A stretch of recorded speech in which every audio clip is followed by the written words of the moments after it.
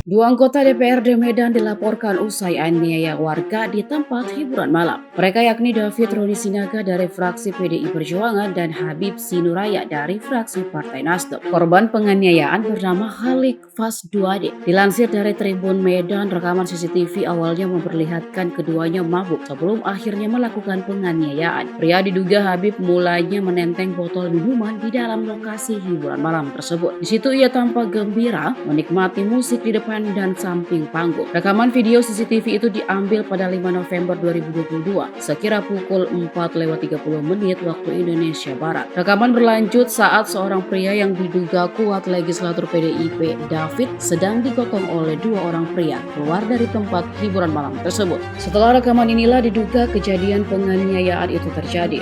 Menurut kuasa hukum korban Hamdani Parinduri, kejadian dugaan penganiayaan itu terjadi pada Sabtu 5 November 2022 sekira pukul 4:00 waktu Indonesia Barat.